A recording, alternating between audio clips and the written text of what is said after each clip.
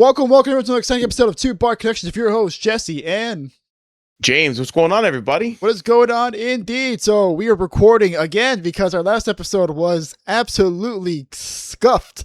If this is typically kind of late, if this episode seems kind of late, there is a good reason for it. We were supposed to have another episode about a week ago, but while I was editing it, the recording was absolutely awful. The audio was going in and out. And the reason for that is because, yet again, Windows decided to change my sound settings without telling me anything. So my sound settings got absolutely screwed up for all the recording, so which led to it being scuffed, like I said. And so here we are recording yet again for another episode in March. And what do we have? Well, we have NVIDIA unveiling their latest technology, the DLSSlop 5, which will be coming to on nearest graphics cards near you. We also have some unfortunate news surrounding Gango Dragons, which was the Yakuza spiritual successor that was revealed at the Game Awards. Apparently, it has lost its funding from NetEase. We also have Valve collecting lawsuits like their Infinity Stones, apparently. We also have Sony experimenting with some scummy dynamic pricing. We also have Fortnite and RuneScape increasing their prices. And we do have Subnautica getting a big win from the former founders of the studios, getting the reins back for Subnautica, and Subnautica will be back in May for early access. And then we have a holy moly bombshell with Jeff Kaplan in an interview with Lex Friedman revealing why he left Blizzard. But before we get into all that, how have you been? Dude, it's been stressful. Yeah, there's been a lot going on, dude. Like, it's been really bad. Like, work has been hard, and even stuff at home has been pretty difficult too. There's just a lot of stuff happening in my life, and it feels like every time I address one problem, 5 more pop up. And then recently, I've been helping my mom do something for my grandma in regards to Medicare, and we just can't seem to get anything clarified in the slightest.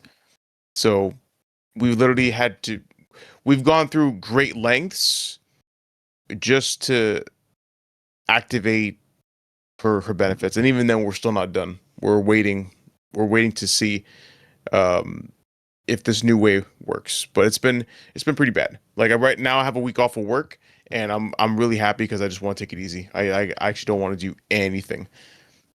I just don't want to do anything. Really? You have a week off?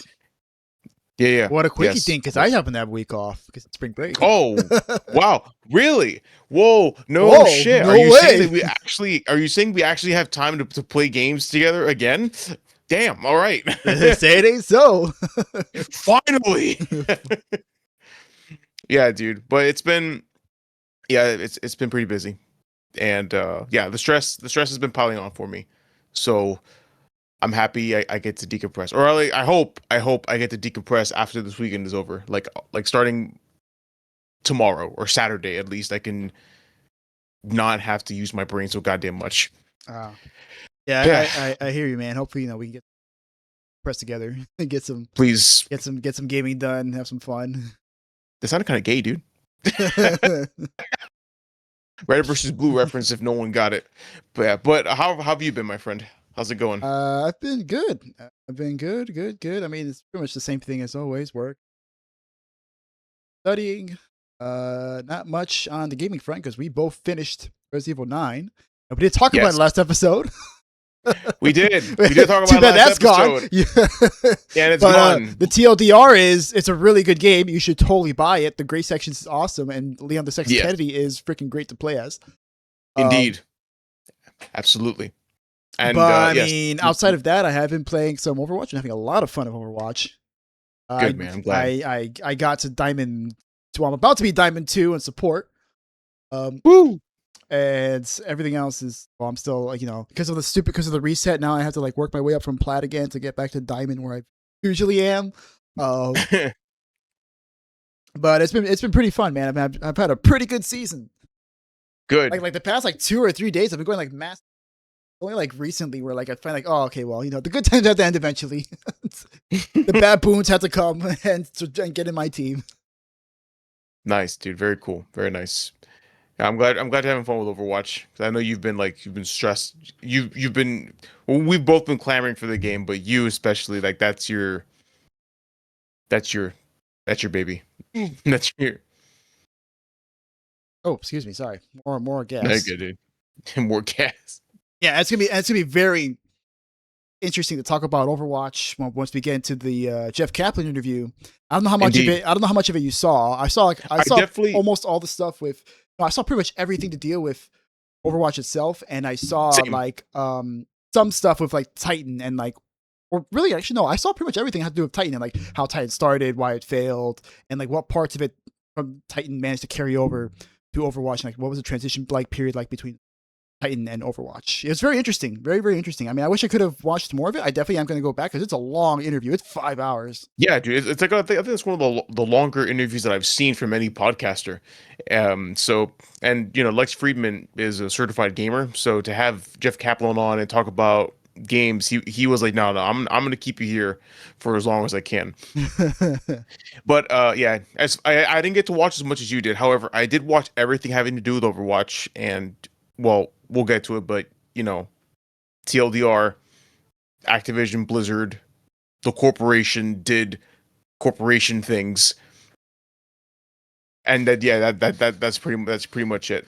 And as far as the Titan, like behind the scenes, I thought that was really interesting as well. Like the concept of the game that we'll get into it, but I also would like to go back and just watch everything, because watching Jeff talk about games is well, it's a breath of fresh air. It's like watching an OG talk about the craft when when it first begun. Yeah, and he definitely has some base quotes that we can. Oh, absolutely. Well, Jeff Kaplan is based incarnate, because of course he is. Yeah, but before we get into something that is based, let's get something that's not based with this this NVIDIA kind of cringe. Yeah, with this NVIDIA showcase. Yeah, so NVIDIA apparently debuted 3 days ago NVIDIA DLSS5, which is an AI-powered breakthrough in visual fidelity, according to them. It's going to be coming later in the year, and it infuses pixels with photorealistic lighting and materials. I'm reading the description here on IGN. Bridging the gap between rendering and reality. And of course, that is all absolute nonsense, because yeah, this is the stuff that we can expect from them. So yeah, everyone has been absolutely pissed at what's been going on because of the comparison that they decided to show in the trailers, which they for some reason thought this was a really good comparison. This is a good way to sell it. But this is yeah, as you can see, Resident Evil Requiem doesn't exactly looking like Resident Evil Requiem. It's just, no, it has been as everyone has identified, it's been yassified. That's what everyone's been saying. Yes, that's exactly what it is. It's been yassified. And you even got oh wait, actually they closed it. You even have IGN putting on articles being like, yeah, this is kind of a betrayal to art direction everywhere, because this just looks absolutely terrible across the board. It looks like you put a filter across like just your game, like AI slop Instagram filter across. Yeah, that's what people are calling it. They're calling it a fucking Instagram filter for video games, and everyone is rightly pissed. All right, I gotta do my part. There we go. Oh, okay. Yeah. No, look at this. Oh, sorry. Oh, come on, bro. Oh, yeah. It's funny because life is weird, because I just started playing Hogwarts Legacy again. And it's so to see that actually made me laugh so goddamn hard. Because, they don't need all that. I know she's old. You could tell in the way she walks, in her clothes, in her just the way she looked originally. You don't need to put wrinkles on my professor like that. I mean, she's already got, a fair amount. Yeah, there. but she looks fine. It makes her look even worse. And to be fair, this is a fucking freeze frame. It's not even in motion. Oh yeah, no, it looks worse in motion. You want to see the nightmare fuel in motion? Yeah, show it to me. Wait. Oh my god. Oh god, no. I already know where you're going with this. Do it. Jesus Christ! Please stop moving. Stop, please. You already look bad enough here. Okay, somehow you look worse. However, I will say slight improvement. Sorry, but Starfield kind of sucks graphically. So no, I'll take the ugliness of OG Starfield over this abomination, especially when it starts moving around. You know what this looks like? This looks like those freaking AI girlfriend ads you get. Dude, yes. Oh my god, bro, this one. Look. Yeah, of course you got this one as well. Dude, that's supposed to be a student, and they literally made it look like he's a 30-year-old man. Yeah, 30-year-old being generous. He looks like 45 there. Okay, fine, 45. He's just missing a few grays like this lady. So. Oh yeah. Oh, she starts moving. Yes, bro. Yes. Oh my god. Yeah, all around, like this just looks absolutely awful. It's like, no, dude. It's just a completely different. Like, just the fact that it's not even like it's just kind of creepy and weird and uncanny. It also just makes the game look different. Like it makes it look different from like how it's originally intended, and also just makes it look the same. Like if you look at all the after shots, they all look the same. Yeah, dude, it's all the same yassified face. It's like AI has come to the AI has come to a agreement based on all of its research, because AI takes everything and learns from it, and they've essentially assembled a bunch of images together, and they've decided this is what a white girl should look like. This is what a white boy should look like. This is what an old white lady should look like. So they all have the same face. It's all the same fucking face. And it's all the same face under the same lighting and the same shading and stuff. There's also that, like, people really, underappreciate like how far lighting can go to sell the look of a game. But then you get, DLSS 5 or DLSSlop 5, and it's AI generated nonsense, and it just changes the lighting completely. Like, look at that. Like the lighting is just completely different. Like before here, like you could see like, her face, the lighting on her face is affected by the wand. And then once the filter goes over, it's just all gone. It's just like she's just all of a sudden there's a spotlight in her face. Yeah, dude. Yeah, it's like a light that's on everywhere. And it just really ruins the mood. Like Leon here also, like, I mean, this is a less egregious example. Yeah, but like he's always good looking. Yeah, like here, like you'll see it. Do before. Right, like look at look at it here, right? Like you see like the moody lighting here and stuff. It's raining. There's like so much atmosphere to it, and then like the lighting just went way up all of a sudden, and yeah. And it looks like what was the term? I heard this term like called hero lighting, where like the characters themselves like kind of emanate a light. And like Resident Evil does have that. Like it has hero lighting in the game, especially like cutscenes and stuff, where the characters themselves will emanate light. Yeah. But here, there's like everything has hero lighting at this point. Like everything just emanates light. There are no light sources. Everything is the light source. It's a shame, bro. It really is a shame. So then, yeah, of course, you have Jensen Huang, CEO of. Oh, sorry, whoops. The CEO of NVIDIA being like, no, you guys got it wrong. I mean, I don't have like the exact quote here, but he said something along the lines of like, oh, it's not actually like, generative like AI like you think it is. It's processing like at the geometry level and stuff. And he's pretty much saying like, look, it's not a filter, but it looks like a filter. And what was it he said? He said something that was like, oh, it's not generative AI. It's like content generative AI. It's like, what? Yeah, dude, content generative AI. Control. Like, yeah, all of that is in control, direct control of the developer, he said. This is a very different than generative AI. It's content control than AI. That's why we call it neural rendering.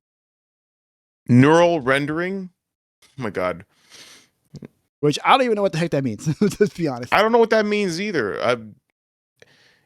Somebody explain it to me. I'll wait for that Threat Interactive guy to make a video on this, because I'm sure he's cooking something up right now. Yeah, he said. He said it's fine-tuned generative AI. It's not post-processing. It's not post-processing at the frame level. It's generative control at the geometry level. So it's not doing anything like in post. Like it's actually doing it like on the spot, like rendering it. But like, it still looks so bad, dude. Like, and he also talks about like, oh, like devs will have control over it. It'll be like it's customizable. Okay, well, why didn't you show that? Like, why you just put this crappy Instagram filter over everything? It's like the same thing. If it's customizable, why would you not like give the developers the tools to be like, here, like customize it however you think will make your game look cool, and then we'll show it off. Yeah. And apparently they didn't consult the devs at all with it. Yes, they did. They did not. I think. Well, you'll say it now, but I know Capcom released a statement on it. Yeah, like so, Insider Gaming. Tom Henderson has an article on it, right? Like pretty much covering like Jensen Huang's um, reaction to the backlash of this, and he's all like, "Oh no, y'all are completely wrong" or whatever. Um, and then at the bottom, it talks about how developers were left in the dark, particularly Capcom, who tells Insider Gaming that the announcement and the publisher's involvement was particularly shocking. And because Capcom has been historically very anti-AI with its projects like Resident Evil Requiem, and the other projects that have not been announced yet, and they fear that the some of the publisher fear that the DLSS5 announcement could promptly change the publisher's view on generative AI and its implementation in games. Right.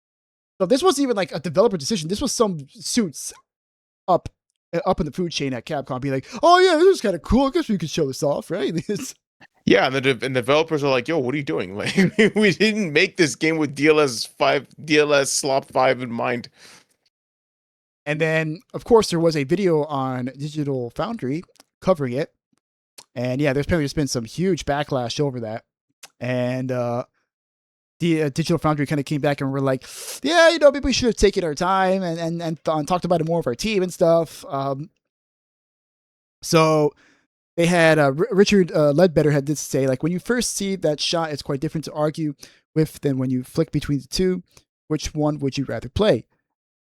Yeah, it's a bit of a no-brainer, isn't it? He and colleague Oliver McKenzie, who was also involved in the preview, both became targets. Yeah, but that was them talking about like it overall. Whether we're seeing something new or cutting edge, there's excitement you get coming out fresh from those sort of types of encounters. And yeah, we can talk strengths and weaknesses about technology a bit, but ultimately, this is our first relook at games that are being driven by new rendering, right? And there's a hell of a lot going on here that's going to be defining the elements of next generation graphics. But I think we need extra time to talk with our teammates and come to a consensus on what we're dealing with here, good and bad, before we put something on the record, and we didn't do that. I mean, but now, like, the damage is kind of done at this point because many people are like, these guys are smoking something. You have Susie Sphere Hunter, going like, this looks like absolute dog. And hearing Digital Foundry confidently praise these uncanny sloppy visuals is disappointing. They earned my unsub. They did, bro. Jesus Christ. So they either A, knowingly shilled out from NVIDIA, or B, they were too lazy to make a legitimate review. Either way, yeah, they were shown. They're shown to be incorrect, is the best word I can use for them.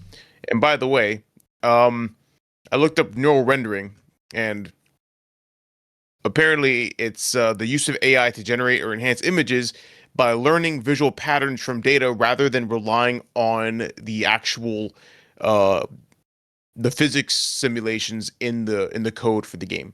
So once again, neural rendering sounds like just another shortcut in the use of AI for upscaling. Yeah. Our $300-$400 RAM at work, ladies and gentlemen. Give them a round of applause. Our $900 of RAM at work. What are you talking about? Are you fucking kidding me? I wish it was under $400. It cannot be. No, I don't want to believe it's $900. Come on, dude. And that's the number people are throwing around now. $900 a RAM for this. Hey, dude, this crash can't happen soon enough. For really this, this is what we're getting. This, our RAM is being our computer, our hobby is literally being sacrificed for this. They could throw an Instagram filter on top of our games. To fucking make them look absolutely worse in like every way possible. Especially once they start moving around. I cannot get over how bad they start looking once it looks even worse when they start. Well, yeah, because with AI, first off, an AI image from like a stencil picture like this, but then when they actually start moving, there's like it's like motion blur. Once you see it, it's really hard to unsee. And what sucks is you may not be able to remove this. I know they say that it's. I know that right now they say that it's optional. For now. Yeah, exactly. I don't trust them to keep it optional. I think they're going to force it because after all, they have to justify their use of AI. Because dude, they're betting big on this. Actually, no, they're not betting big. They're betting everything. They're betting the farm and then some. No, they're betting the farm. They're betting the neighbor's farm. without their consent, mind you. And it's the same thing with Microsoft as well. Sticking Copilot in every crevice because they need to pad the numbers to be like, oh my god, people are using AI. And it's like, no, actually, you're just sticking AI into what people use every day. But if you actually look at the numbers, people are turning it off because no one wants to fucking use it. Even ChatGPT growth, I read somewhere that it had a growth of 5%. Like financially growth? No, like subscription growth. Oh, like subscription people growth. people that subscribe to like the ChatGPT Premium. Only a 5% increase. Oh, only a 5%. Okay. So no one is subscribing. No one's subbing to this garbage. Yeah, OpenAI is just bleeding money. They all are. And that's why eventually they're probably going to be like, oh yeah, it's not optional anymore because we need to justify this to our shareholders. That way they can be like, oh, we have a bajillion users now using our products. I told you. Please give us money. Give us your money. Give us your money, and then just dump the stock, and then move on to the next Ponzi scheme. And then what they leave out is that we all pretty much had a gun point to our head. It's either use this or we don't get to play at all. Trash. Which at that point it's like, well, I'm gonna have to go back into gaming history. No, I'm going to go back into gaming history. Like this is like everything like pre 2020. Like this. Okay, you guys are all safe. You guys are good. I'm gonna play all y'all back. Okay, there's still plenty of great old games we can still play. Indeed. All right, so let's move on to our next story, huh? Yeah, absolutely. All right, what's our next one? So our next story involves the game Gang of Dragon. So apparently the studio, Nagoshi Studio, that was founded and led by Sega veteran Toshishiro Nagoshi, who is known for Super Monkey Ball and the Yakuza series, is set to lose funding from NetEase in May of 2026. So the studio was actually founded with NetEase's backing, and they announced their first project, Gang of Dragon, at the Game Awards held in 2025, where we, known as the High Guard Awards. So apparently, according to an anonymous source told that spoke to Bloomberg, it seems that NetEase's decision to stop funding the studio came after the company discovered that the game would actually need an additional 7 billion yuan, which is around 44.4 million US dollars, will be needed to fund the project to its completion. Now, of course, the studio is reportedly undergoing a search for new backers, and NetEase is supposedly open to negotiations regarding the IP and assets already developed if Nagoshi can bear the cost. Now, this is kind of awful because NetEase kind of founded the studio, helped found the studio, and now they're backing out with a game that actually a lot of people seem to be pretty hyped for, especially people that are fans of the Yakuza series, which I myself have never played any of the Yakuza games. I have played just one, the remake of number one. The remake of number one, was it good? Yeah, they're good games. They're pretty cool and well, I like the first one at least, but the combat was a little like I think that was the main thing holding it back. I was like the combat was a little annoying at times. It has a good story. It has a good story and it has good it feels like kind of like Rebirth, where it has like a lot of side quests and a lot of side stuff, and oftentimes the side stuff is better than the main stuff.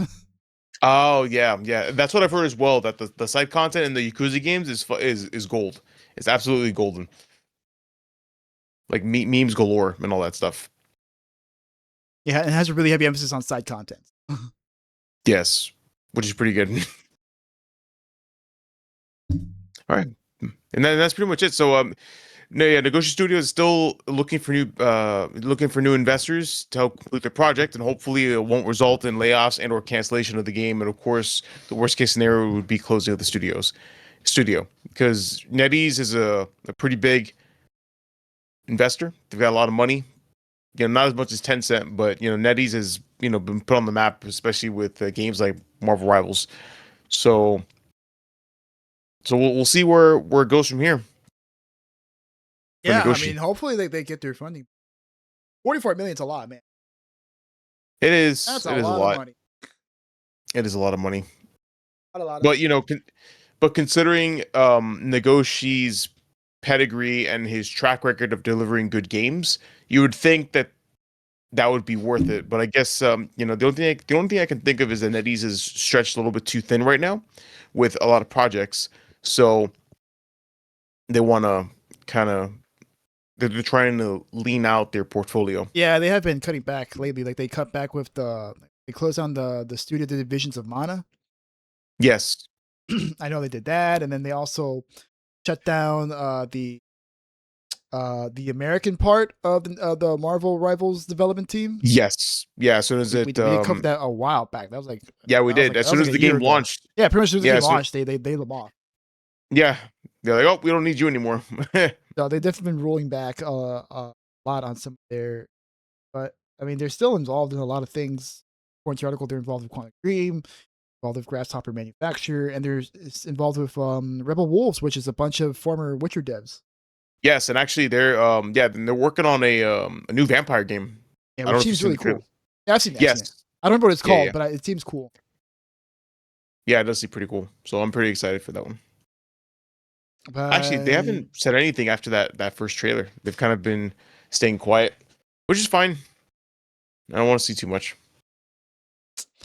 Yeah, so best of luck to Mr. Negoshi. Hope he gets his funding somehow, some way. I hope he gets his funding too. Yeah, I hope it seems like it could be it could be a cool game. Like if it's anything like other Yakuza. Yeah, probably be really fun to play. But any case, it doesn't stop there with the money problems, except this time being sued for money with Valve. Indeed. Apparently being assaulted from all fronts. Sports. So, as you guys know, a little while back, Valve was sued by the Rochester company, and they had won that lawsuit under the anti-troll patent. Yeah, it's anti-troll patent law that was passed in Washington sometime back. But it seems like the court cases keep on coming. This time from the UK, and as well as New York. But with UK in particular, apparently the Performing Rights Society now suing legal use of their music without a license.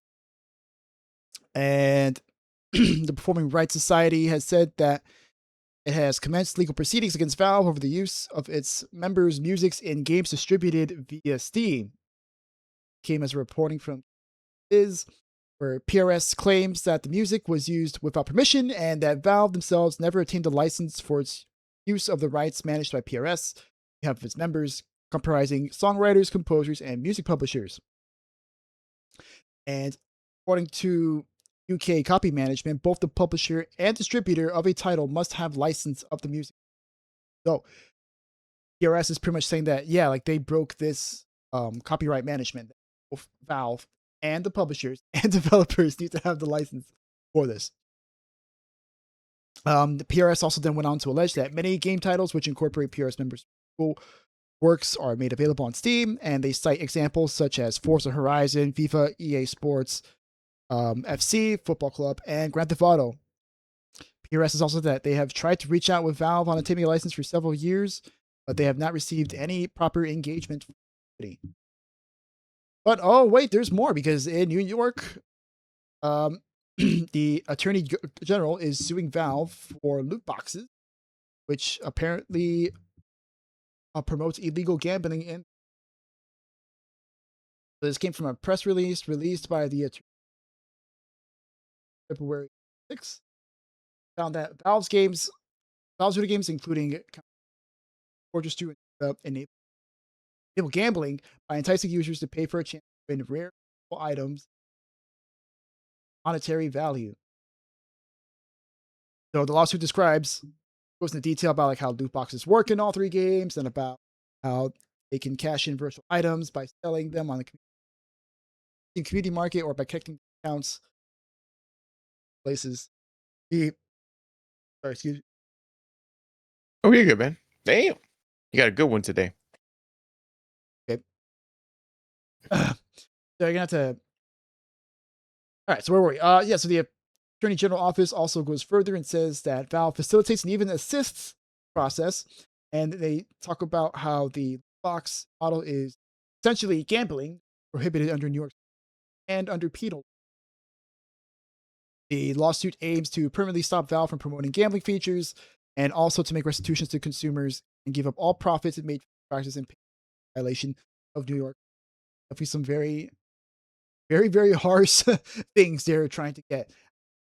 And it seems that Valve very much disagrees with their take on it. On both, they responded to it and say the NYAG claims are necessary.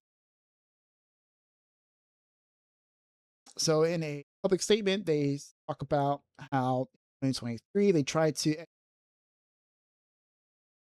work. This to say specifically, we share with the NYAG that these types of boxes in our games are widely used, not just in video games, but in tangible world where generations have grown up. Baseball card packs and blind. See, on the physical side, popular products used way include baseball cards. Boo boo. Book continues on, but that was essentially the idea of it. Valve also added that it has taken action to shut down accounts which have found gambling sites. Yeah. They say Valve does not cooperate with gambling sites to date, locked over 1 million accounts that were third parties in connection to gambling, fraud, and theft. Shipped features like trade reversal and trade cooldown to discourage gambling. 16 users fraud, and we forbid any gambling related in or sponsored tournaments for our games. We have serious concerns if many of the alternate games are necessary. First, the NYAG seems to believe boxes in their should not be transferable. They appear to assume digital mystery boxes and baseball card packs. Issue with the fact that users trading or user to sales in the game. Transferability of a digital consumers. It gives a seller trade old or unwanted item for something. Seller trade tangible item, Pokemon or baseball. NYAG proposed to take away users' abilities to transfer items for value.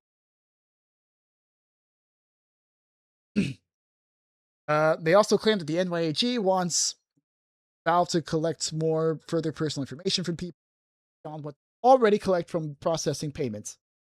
And the office is currently demanding age verification. And Valve says that, well, we don't really need to do that because our payment process is age verification. And so it would be redundant. And they also take issues about the New York Attorney General's comments about links between violence and video games. Oh my God. Okay. I didn't find that part, but apparently, like, we're in the 90s again. I thought the horse was dead. So we respect New York's rights to the laws governing the state. We will, of course, comply if the New York legislative laws governing this not done despite the issue. Would be the result of a public process, presumably.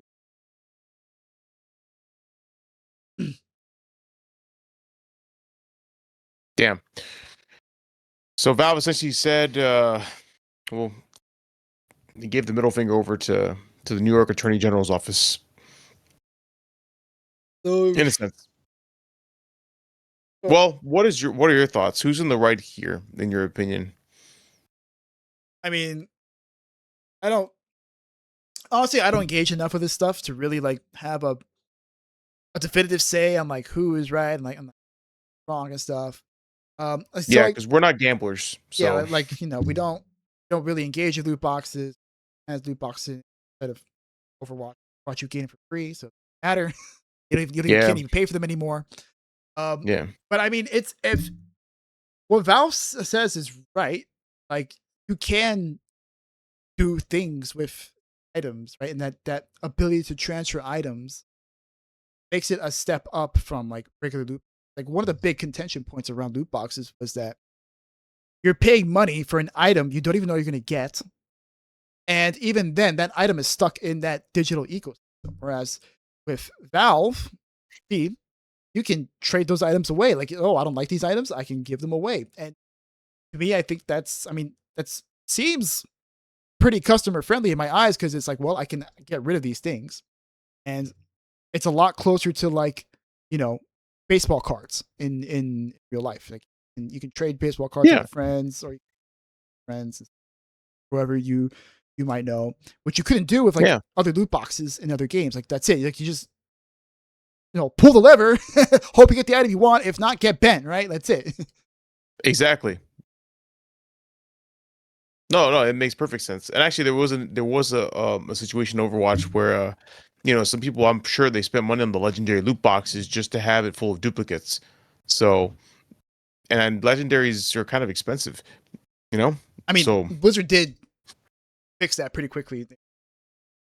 Tone down how often you can get duplicates. Yeah, but that was a problem. Yeah, that was a problem that they fixed. But not every game company goes through that trouble to fix that issue. But I find it interesting that Valve made the comparison to baseball cards and Pokemon cards, because that's absolutely correct. Those are things that you trade for,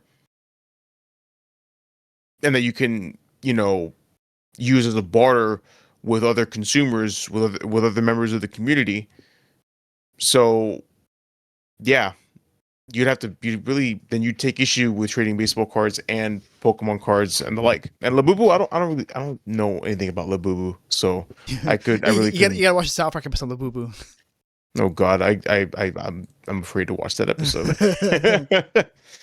You should watch it. Yeah, season was good. Well, it was okay. It started off good, and then it got okay. Okay, it was still worth watching. So now in terms of like the in terms of like New York against Valve, I mean, I think New York is really going for a stretch, especially since they're using the old gamers and violence link. Like, come on, dude. Like, everybody knows that part's absolute garbage. Like, that part, it's absolute trash. They're just reaching for straws at that point, and Valve was right. That's a distraction. Like, we are just exhuming the horse out of the grave at this point.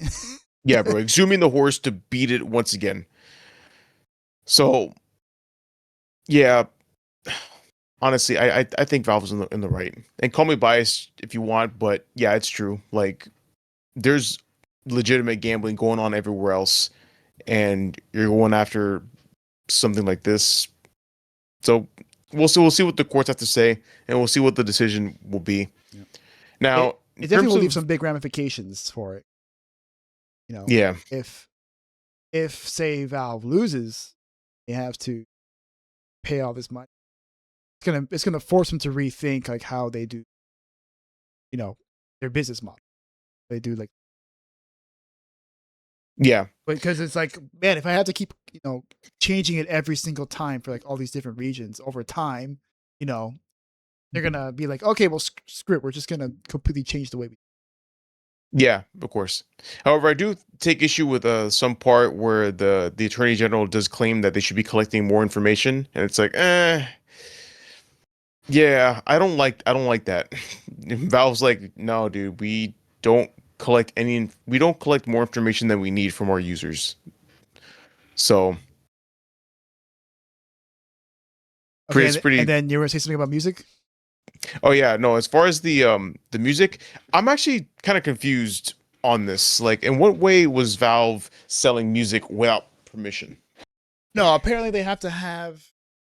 So, I mean, apparently they have to have the license for the music that's included in the game. That's pretty much what it is. And then this group, the Performing Rights Society, are claiming that Steam or Valve doesn't have the necessary licenses in order to host, which sounds kind of weird to me. Like, why would a distributor need that?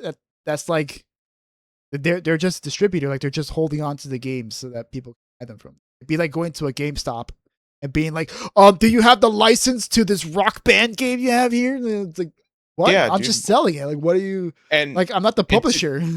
I'm just giving them a place for people to buy it. Yeah, or imagine a place like Best Buy that sells music. Well, I mean, this is gonna sound old school, but imagine selling music CDs and then thinking to yourself, oh no, Best Buy, you need the license to actually sell the music. It's like, no, I think I got the license when they approved of me selling the music CD in my store. I'm pretty sure that constitutes, consent to sell. Right? I'm really lost because I don't know. Music copyright is always weird. But dude, that's record really companies weird. are notoriously greedy with how they handle. Bro, that's insane. That's crazy work. So they have to make a deal with the game developers to sell games on Steam, and then now they have to make a separate deal on the music in said games. Yeah, I like I said, I don't know. This is just what it says in the article, and this is from Performing Rights Society's point of view. I don't know enough about copyright music law to say like how it should be applied, and even then it'll be different in the UK versus US. I don't know. It just sounds weird to me. That's all. The idea behind it is weird. Yeah, it sounds very strange to me, and to me, like I said, to me it sounds like you have to get permission from the developer to sell the game on your platform, which that makes sense. And then 2, you need a separate permission. Well, the devs get permission from Steam to sell, Valve to sell on. You have to apply and like bills and stuff, get approved to. Well, you know what I mean. There has to be an agreement to sell the game between the developer and Steam, or between the developer and GameStop, and the developer and Epic Game Stores. But now you need something separate for the music,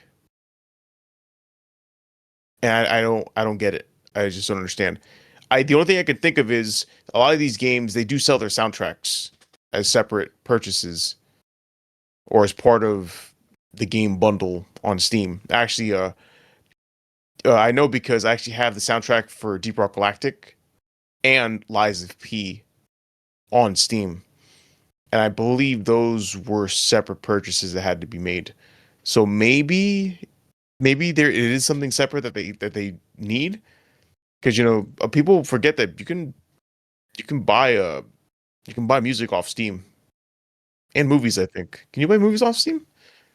Yeah, because I mean, I guess that would make sense, but they don't make a distinction between the game soundtracks and the game itself. Yeah, saw no mention. Yeah, so I thought that was pretty weird. It is. But you want to know what else is weird? I guess that's a weird anymore. No, bro. Honestly, I 100% can see them doing some fuck ass shit like this. Oh, what are they doing, James? Well, they're looking for ways to efficiently gouge you out of your money. So Sony is reportedly testing what they call dynamic pricing on the PlayStation Store. Now, let me paint you a picture. Everyone here has used Uber, I'm assuming. In Uber, there are certain times where there's high demand, and whenever there's high demand, the app shows an increase in prices for the Ubers in the area. Usually after a concert or after a football game, there's a lot of Ubers being called, so of course the demand is high. Now they're doing that for video games. As reported first by PS Prices, Sony is allegedly running what's called an A/B testing system that shows different prices to different users as part of an experiment. Now, it does suggest that this has been running since November 2025 and currently impacts over 150 games in 68 territories. Now, there's also the issue with Ticketmaster that was accused of hiking the price of high demand tickets because, of course, Ticketmaster is scum. And I've never used. It's been so long since I've used them, and I'm glad I haven't. Oh yeah, even the U.S. went after me. You screwed up when the U.S. is going after you. Yeah, bro. They're like, "Yo, bro, like, what are you doing here? What's going on?" Was it It was for Taylor Swift concert, I believe. Yeah. That was like 2022. Dude, that was crazy. I remember that was hilarious. Yeah. Now, to be fair, in this story, in this article, it does say that Sony's test appears to be examining the impact of discounts and a customer's prior purchase history. PS Prices said they spotted the trend because it tracks PlayStation Store prices in more than 50 regions. And they were just saying that their system detected unusual offer structures containing experiment identifiers, which it's got a really long computer sounding name with underscores. Yeah, I see that. IPT underscure pilot. IPT underscore pilot. Yeah, honestly, that looks like a fucking error message that I would get on my computer. Exactly. So I'm not gonna do that. Now, they did say that the games thought to be part of the test included popular titles such as God of War, Spider-Man, Helldivers 2, and Silver Blade, with what's called personalized discounts also popping up during the sales, offering discounts as high as 12.5%. Holy shit! What a sale! Some third-party games have also been involved, including WWE, Warhammer 40K, Space Marine 2, and Kingdom Come Deliverance 2, and more, offering discounts anywhere from 5.3 to 17.6%. Now, the test has not been conducted in the US or Japan due to alleged stricter regulation and higher market sensitivity. Yeah, I'll bet. Then yeah, they're smart to not do that. So this is actually pretty interesting, because it seems as if they're just trying to make it so that they can provide personalized discounts for players, which is kind of stupid because you can just do the discounts the way the Steam does it. And well, I don't think they do. They don't single you out. Like, they don't track you with algorithms or whatever you want to call it. Steam just has sales left and right just have a sale for like a bajillion games for whatever types of games. Oh, by the way, segue, Assassin's Creed Unity for $7. Yeah, so there's a lot of deep sales going on right now. So I we want to decompress, and I think that might be the way to do it. Okay. But back to the story. But we digress. Back to the story. So I don't know why they're trying to make it to provide individualized deals when you can just be like Steam and just offer blanket deals for anything.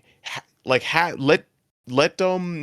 the Sony PlayStation Store have a spring sale like what's going on right now in Steam, or a winter sale, or a summer sale, or a midweek madness sale where you have these obscure games and you can put them on sale for cheap, and you can give exposure to some of these games that are not as well known as well, which helps the developer. So I don't know what it is they're trying to do with individualized discounts.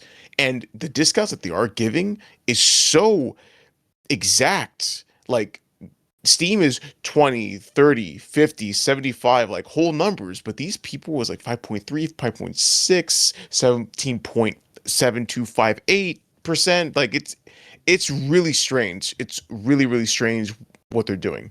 And I'm not even sure what it is that they're testing for. But thank God, at least according to the report, it has nothing to do with the Uber method, where it seems like they're looking for ways to surge prices of games. At least in this way, it looks like they're trying to help the consumer, even if it is with pretty I'm trying to find a nice way to say slim discounts. Yeah, I think that's the nicest way I could say it. they're like little mini discounts. Yeah, bro. They're like Nintendo-sized discounts. Yeah, I think even Nintendo will be more generous in some of these. Like, they at least give 10% at minimum. Yeah. But it is very, very strange, and I don't know if I like the idea of personalized. And then, like, it just seems so unfair. It's like I'm, a big Final Fantasy fan, right? And like, or better example, like Trails, for example. Like, you're a big Trails fan, right? And you got me into Trails. So then, at least for a little bit, now I after daybreak, I'm like, I think I'm out. But you did get me into it for a short while, and it did get me to buy at least daybreak. And I bummed all the other games off of you, but like imagine if like, oh, like I want to play the games out, right? And then like the newest game comes out, and it's like, okay, well, you and I were both gonna wait for a sale, right? And then like one day it's like, oh, he's like, all right, we're gonna have a sale now. Yeah, you, Mr. James over there, yeah, you put way more hours into it, so then you get a 30% off, and you, yeah, Mr. Jesse, yeah, you get 10% off. Like, what the hell? Why do I only get 10%? You get 30%. Like, that's just not fair. It's a lot better when it's like, oh, everyone gets 20%. Like, it's it. You all get 20%. That's it. Yeah. Yeah, we're putting the sale for 20%. Everyone gets 20% off. Like that's or if it's the reverse, it's like, oh, like you play a lot, so surely you're gonna buy it. So you don't care if we discounted for you that much. You're like, wait, what? No, I like saving money still, even though I'm a fan. Like I'm sure you're still be mad. We know. Yeah, nope, you're gonna buy it. So we know for a fact that doesn't matter what you say. In fact, actually, we're gonna raise it by $10. So fuck you, because we know you're gonna pay it. Yeah, and then that's the next step after that. It's like, what's to stop them from then going like, oh, we're pushing prices down, like or decrease prices, depreciate or increase price of value. I mean, I imagine at that point it might be a little bit more difficult because the publisher might step in at that point. So who knows? Yeah, but still, I can't say for sure. Well, to be fair, I think that that will be the publisher's decision, because after all, the storefront they can't increase the price. That's on the publisher. However, the storefront can definitely set discounts for prices. So I think that is a safeguard against that idea. However, but then what's to stop a publisher from being like, oh yeah, you want to raise it by 5 for little Joaquin in Brazil? Yeah, dude, just do it. Yeah, we'll make an extra $5. Make an extra $5 off the people that literally have barely any money for essential living supplies, but they for sure will pay. Consumer protections. Yes, dude, worst consumer protections. So this is honestly not the best thing ever. I mean, dynamic pricing just for video games, like it doesn't work. It's really, I don't see it working, because dynamic pricing for discounts makes kind of no sense, especially when you like I said, when you look at the way Steam does it. And if it does get to that point where they use dynamic pricings to do price hikes and price surging like Uber does with high demand, it's like, high demand for what? We're downloading games off of the store. There's not a limited number of CD keys or CDs or discs. I'm confused as to what you're trying to imply. So, yeah, I'm not interested. I'm really not interested. No, sir. It looks like, yeah, dude, they're doing something, and everyone's just kind of like, why? And knowing Sony and their track record, it will not. I don't think it'll lead to a good outcome. So no. And for that reason, I'm out. Oh, but speaking of price changes, it doesn't end there, because we have Fortnite and RuneScape going up in their prices. So first, yes, Fortnite announced that they are going to be increasing the prices on their V-Bucks, and they say that they're doing this because, well, they gotta pay the bills, because I think Fortnite is becoming very expensive. And this is just before they announced that The Rock is going to be coming back, which is very ironic. Hey guys, we're broke. By the way, here's the most expensive actor of all time. He's showing up in our game. Overpriced. So currently, it costs $8.99 to buy 1,000 V-Bucks, but starting on March 19th, will now only get you 800 V-Bucks. And also the changes will be going across the board. And so $22.99 V-Bucks, which used to come with will come with 2,400 instead of the usual 2,800. The $36.99 pack, which used to come with 5,000, now comes with 4,500. And the $80.99 pack that came with 13,000 will now come with 12,500. Okay, so if you want to spend the big bucks, you don't lose out as much. But if you're a little bit more on the frugal side, or economic side, you definitely lose out a lot more bang for your buck. Yeah.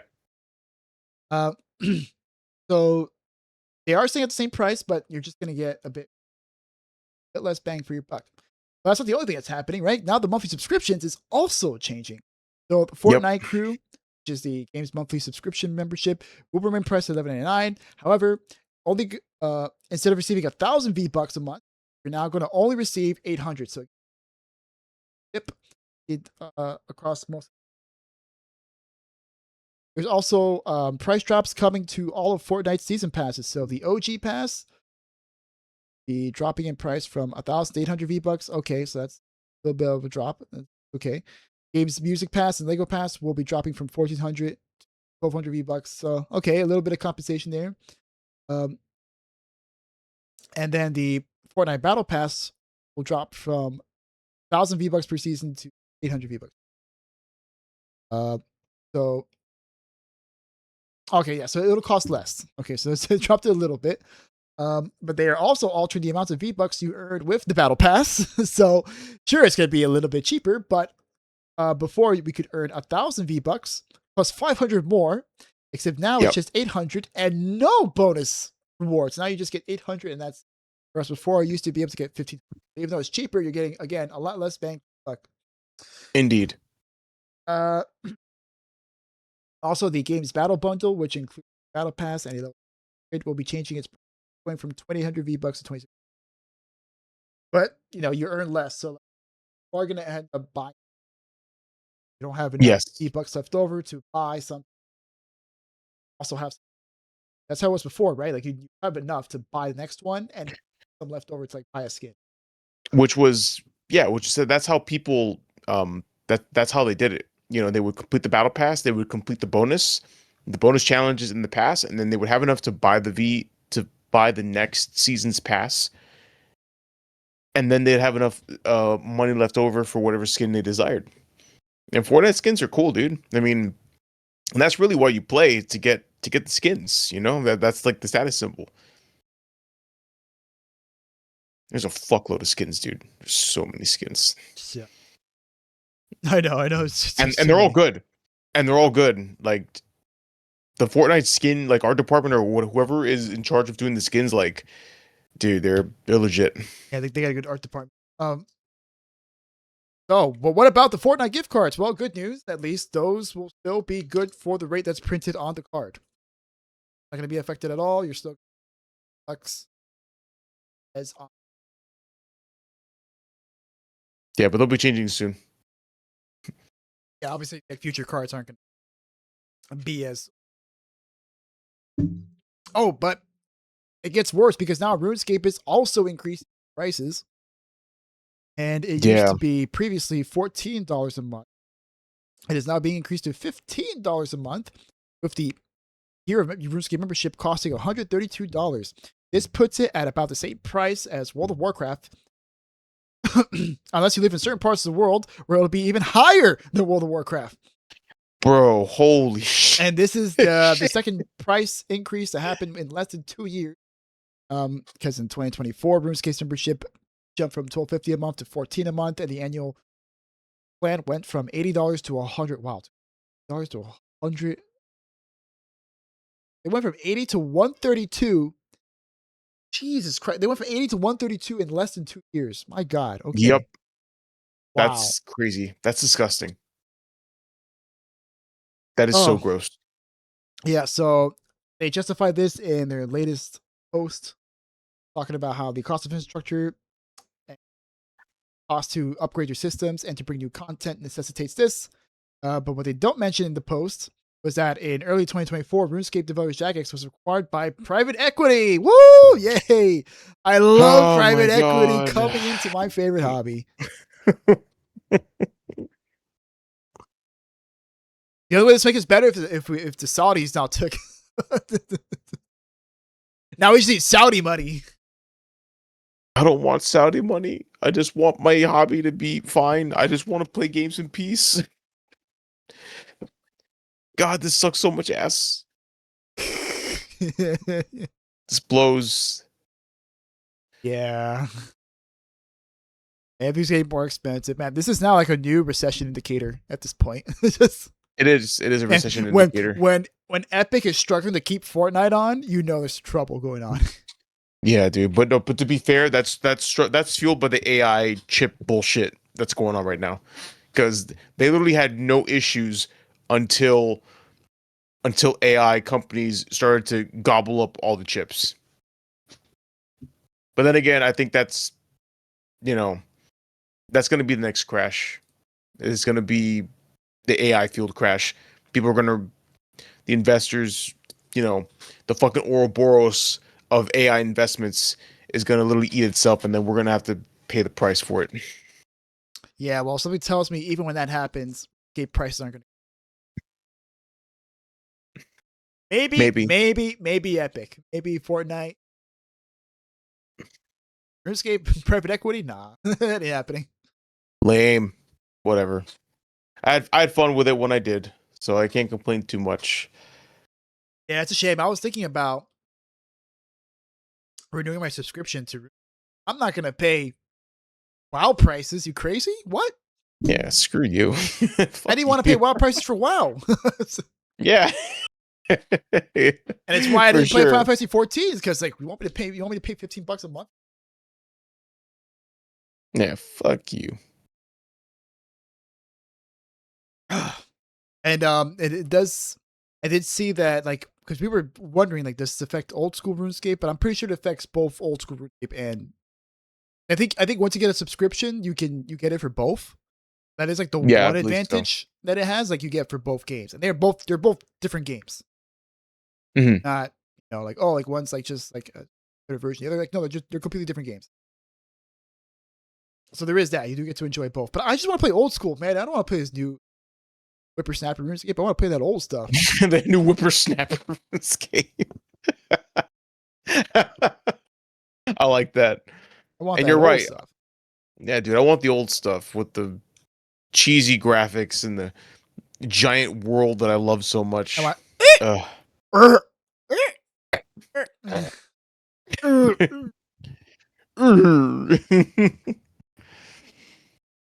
all I want. Whatever, dude. It's you know what? It's fine. I've moved on to other games. So rest in peace, RuneScape. It was fun. It was fun while we did it, but it's time. It's time to go. Yeah, it's yeah no. Oh man, but how about talk about some good news finally? Yeah, finally some good news. All right, so we've actually been covering this story for quite some time, but now it's finally it's finally come to a head. So, in an article by IGN, Unknown World studio head Steve Papoutsis has sent out a message to his employees that Krafton has approved Subnautica 2 for early access, and that it will be arriving with more story chapters, built new creatures, and create the new biomes, along with many other features. Now, why is it getting a early release finally? Because a judge said, "Fuck you, Krafton. Put him back." So, yeah. So Subnautica 2 publisher Krafton is now reinstating its boss and extending the $250 million bonus, which is great because now the devs are in complete control of their IP, and they get a chance to make their bonus that they so hardly deserve. So we'll go. I'll cover the update from Krafton, but I want to cover the original story first. So Krafton has been ordered by a judge to reinstate the former boss of Subnautica 2 studio Unknown Worlds and extend the employee's proposed $250 million bonus in a stunning legal judgment that strongly favors the game development staff. So the development for this game has been mired in controversy since Krafton dramatically fired the CEO, Ted Gill, and other senior members of the team in the summer of last year, which we did cover. At the time, Krafton also said that the game's launch had also been delayed, something it blamed on Gill, even though its team had been working towards an early access release that would have seen them eligible for the $250 million bonus. Gill and his former teammates immediately launched a lawsuit against Krafton, suggested that they were ousted for the express purposes of avoiding to have to pay the bonus. While Krafton had countered their arguments, saying that they had resorted to litigation to demand a multi-million-dollar payout that they haven't earned. Krafton also accused the staff, if fired, of having stolen documents in anticipation of subsequent legal action, muddying the waters over their exit. Now, the resulting legal drama has led to the surfacing of several stunning claims, such as the suggestion that Krafton's CEO had used ChatGPT. We did cover this to brainstorm ways to avoid paying their bonus, and they had also discussed his idea for an Unknown Worlds company takeover plan via Slack. Krafton also suggested that the ousted staff had referenced racist views towards Korea and Korean people due to a note submitted by Owen Mahoney, the CEO and president of rival South Korean game company Nexon. However, the legal action has resulted in a win for the development studio Unknown Worlds. And yeah, so frustrated by key employees' refusal to forfeit operation control and facing a 9-figure liability, Krafton went searching for pretext. That's what the judge wrote in his ruling deliberation. What is the name of the document that the judge writes? Oh, I forgot. It's deliberate. No. Is it deliberation? Well, I remember right now. The word's gonna come to me in the middle of the night, and it's gonna piss me off. I've been reading so much today. No, it's fine. You don't even. My brain's fried. I did a 2-hour study session today with. Bro, that's literally. I understand your pain. Trust me. Like the brains in this house depleted. But anyway, whatever. I'm gonna say deliberation until the correct word, and I might even edit the correct word in post. But in any case, brief. It's not the brief, by the way. It's not the brief. That's what happens before. No. That's so. Anyway, the judge wrote in the deliberation. Krafton's true focus in June 2025 was avoiding its financial exposure. It knew Subnautica 2 was poised to achieve a $250 million payout, which Kim viewed as a catastrophic failure. Krafton undertook Project X to either force a deal on the earnout or execute a takeover of the studio. Terminating the founders was one tactic explored and ultimately chosen by Krafton to accomplish its goals. So, developer the Unknown Worlds won. It's amazing. It's fantastic. So now not only is Subnautica 2 is back on the menu, boys. It's pretty cool. Co-op Subnautica, and that's also a disposition. There you go. What disposition? There you go. Okay, thank you. Disposition. I guess we don't have to edit it in post anymore. Thank God. No, just take that. Just copy the word disposition. Disposition. Okay, fine. Disposition. Okay. Disposition. Disposition. All right. So, yeah, it's pretty cool, man. So Unknown Worlds now has full reins, and now it looks like they're gonna not only are they gonna take the game in early access to get some much needed player feedback for their upcoming game, but they're gonna be eligible for their $250 million bonus, which will undoubtedly be a boon for the workers in the studio. So, yeah. I mean, do you want to read this? You want to read the? You want me to read the Krafton response? They have a response? Oh, yeah. That was in the so in the beginning of the article, they actually updated it because before, when the article was written, Krafton had not issued a response, but now there's an update that says that yes, they did. They are all right. So Krafton has issued a statement. I noted that there's still further litigation around the situation still pending, though a judge has now said that the company should reinstate the boss and extend the payout. So here's quote: Krafton puts his players at the heart of every decision, and that will never change.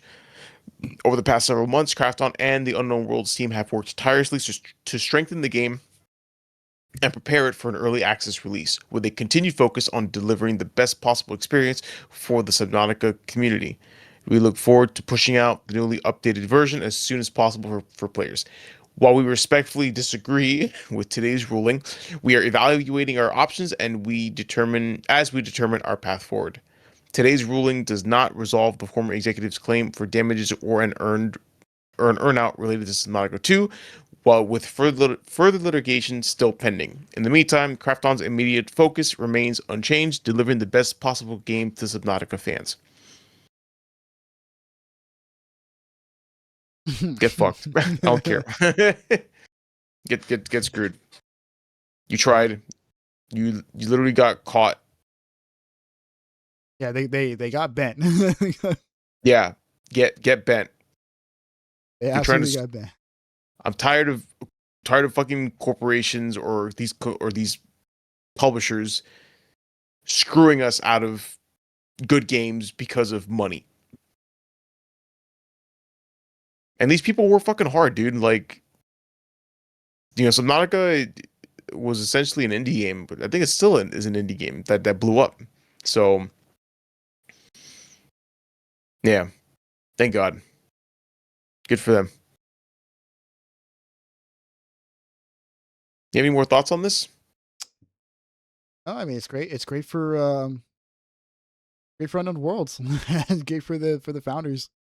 Because yeah, like it was in the beginning, it was always kind of dubious, like, oh, it could kind of either way. And then, like, as things went on, and stuff came to light. Stuff came to light. We were like, I don't know about Krafton anymore, and like they were like, oh, like they just started randomly piling on complaints. Like they were like, oh no, the game's fine for early access, and then like at the last minute they're like, no, we gotta add like more stuff for the early access now. Like all of a sudden, I just started piling on demands onto what was going on. At that point, it's like, maybe they could be trying to screw them out of 250 million. 250 million is a lot, right? I can understand. It is a lot. I can really understand. You feel like you may have overpromised, might be a little too generous of your offer, but once you make your offer, that's it, man. Like you gotta follow through. Yeah, you gotta follow through, especially since you have a good game development studio, because Subnautica is a very popular game, and now they're making a Subnautica where you can do co-op. Like that's really appealing to players, even especially to people that have never even played Subnautica. They're gonna be like, yo, dude, like I never played this game, but I would love to play it with you, like you and me. So yeah, exactly. there's money in that. So but I really do think that they overextended. Either they overextended their generosity, or they made the offer in sincere earnest, and then shit happened, and they stretched themselves thin. So that now they're like, we actually don't have the money anymore. So what do we do? Yeah, we kind of blew our money on AI investments. Which, if you remember that, we covered that I think a while back about how Krafton said they were going to start becoming an AI like first company. Like, oh, yep, and yeah, I'm inclined to agree with you, sir, that they blew their money on AI investments, and now they're trying to recoup their loss by sacrificing their actually good projects. So yeah, get bent. Hope Subnautica 2 is good. If it's coming out in May, I might buy it because I know Subnautica is a great game and people love it. And the fact that you can play co-op, I'm surprised you can't play Subnautica 1 co-op. I thought it was co-op. Well, the thing is, I think it was the first game that they made, so they just wanted to focus on just making a good game. And I think co-op would have been too much. And honestly, I think they wanted to sell the fear aspect of it because, you're by yourself on a planet. Like, do you know the story of Subnautica 2 or no? Yeah, like you're by yourself, like stranded on. Yeah. So it really feeds into the fear and the I forget what the word is. It's something phobia. It's the fear of water. I think it's thalassophobia, something like that. Yeah, I think it is thalassophobia. You're correct. So it really feeds into that aloneness of it. And there's actually a point in the game where you can send out a distress signal, and a ship actually comes for you, but there's like an automatic defense system in the planet that shoots down your rescue ship. Oh wow! Okay. And I got to that part and I was like, oh fuck, I'm alone. Oh god! So it really sells the fear aspect. But now that the game is popular and a lot of people, I think that was probably one of the best things. Like, oh bro, this would be so awesome to play with like somebody else. And so now they're like, oh yeah, we got something for you guys. Don't you worry. So. Okay. Yeah, so I'm down. I'm down to play. I mean, Rogue Core also comes out in early access, so we got to save up some cash. Yeah. Because I'm sorry, we got to play Rogue Core. But if you're down to play Subnautica, I'm willing to shell out the cash for it. All right. Definitely Rogue Core. Yeah, Rogue Core. We'll definitely sure. be shelling out for Rogue. Absolutely. That 100%. Right. That's gonna be a day one. Yeah, that's a day one sale. Yeah, Go Ship Games and Coffee Stain Publishing. They're fucking running the table right now, just like Capcom. All right. Anything else to say about Krafton? No. Don't got anything else to say. All right, cool. I think we move on to our final bit here. Yeah, save the best for last. Honestly, save the best for last. And this one came as a huge surprise. Like I saw this. Yes. This came out last week. This came out the 11th. Yes. I saw it there. I was like, oh, what? Okay. Yeah, dude. Yeah. So, Jeff Kaplan of Overwatch fame and World of Warcraft fame too, because he started on World of Warcraft. Blizzard fame, bro. Had a huge interview with Lex Fridman, talking all about his career and how he got into gaming and stuff, and how eventually Overwatch came to be. And it's a monster interview, like we said earlier in the episode. It's 5 hours long. Dude, it's literally 5 hours. Like Lex Fridman made sure to ask him everything, all the nerd questions. And from the few parts that I did see, like Jeff Kaplan delivered. Like he was very, very good in his explanation of his role at Blizzard, and even his time at EverQuest before he got hired onto the WoW team. Yeah, because he's a big EverQuest fanboy. Loves playing. So a lot of that inspired him to get on the WoW team. Yeah. So I don't know how much of it you saw. I pretty much saw from Why Titan Failed all the way down to Jeff leaving. Pretty much. That's what I saw. So I watched the clips. So I watched the clips on Overwatch, and then that kind of went into a separate clip that showed why he left Blizzard, which involved the bleeped numbers for non-disclosure for NDA purposes. And then I saw a little bit of Jeff explaining the concept of what was called Project Titan. Okay. So there's probably like a lot of like smaller details maybe I might have missed. Yeah. So I mean, what did you hear about Titan? So, well, first off, Jeff was explaining the concept of Project Titan, where he wanted to make essentially an open world game, and also this was one of the first instances where Jeff talked about how the game itself would be one shared world, like how he described how WoW was a bunch of servers and every server had its own people. Mm-hmm. But this would be just one world, which is what he described as modern day sharding, which is where the realms and the servers kind of blended together, so that you would sometimes encounter people from a different server. And then in WoW, I don't know if you are familiar with that at all. Yeah, no, he explained the interview. I got that part. Yeah. All right. Perfect. Yeah. So this would be one world where you can meet people, and then you would be secret agents that would have day jobs by day, and then you would go out and do super cool missions by night. And which is funny because he kind of described it as, it sounded like it was like Sims during the day where you make he said like specifically like we were inspired by the Sims and Animal Crossing. It's be kind of like that during the daytime where you're going to spend time running your business, day job and stuff. Nighttime. Yes. Yeah, and apparently it was in development for a really long time. Like he said, like it sort of started like around 2000-ish, like when they started having the ideas of it, because they were like, WoW's not gonna last forever. It's got to be like 5 years tops, which is like funny in hindsight. Dude, it's crazy. Well, it's funny because it was right after Burning Crusade, I believe, that they started to think about it, and it wasn't until 2007. Yeah, they started working on both. He started working on both Burning Crusade and Titan at the same time with a small core team, and then 2007 is like when they started actually like getting things going about how everything was going to kind of come together. Yes, and it wasn't until because I believe Jeff Kaplan was actually the game director for Wrath of there it is, Wrath of the Lich King. He was the game director for that expansion, and so once that shipped, then that's when he transitioned onto the Project Titan team. Correct? Yeah. I believe that's correct. That's pretty much he left the team at that point, and he kind of started working on Titan full time. And then it was like we said, like it was supposed to be this big ambitious MMO. It's going to be everyone all on the same server, on the same world. And it's going to be absolutely massive. You're going to be able to go pretty much up and down all of California, and you're going to businesses and work jobs and stuff. And then at night, like, you know,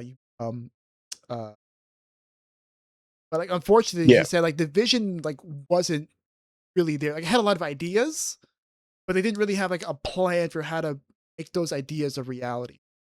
Yeah, so at one point he Jeff explained how he was like, yeah, you know, we had all these different cities around the globe, and he was like, how do we connect these cities together? And they could not find a way to link it. So it's like you said, it was a bunch of good ideas, but it had no cohesion among them.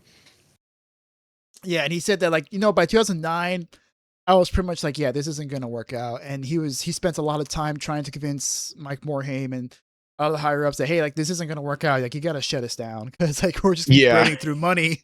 And they burned through $83 million, bro, up until the cancellation. Yeah, which at that time, like this is the 2010s. Okay, this is 2010. Now. This is the 2010s or the late aughts, right? That's a lot of money in game development. That's a lot of money now still. So imagine back then.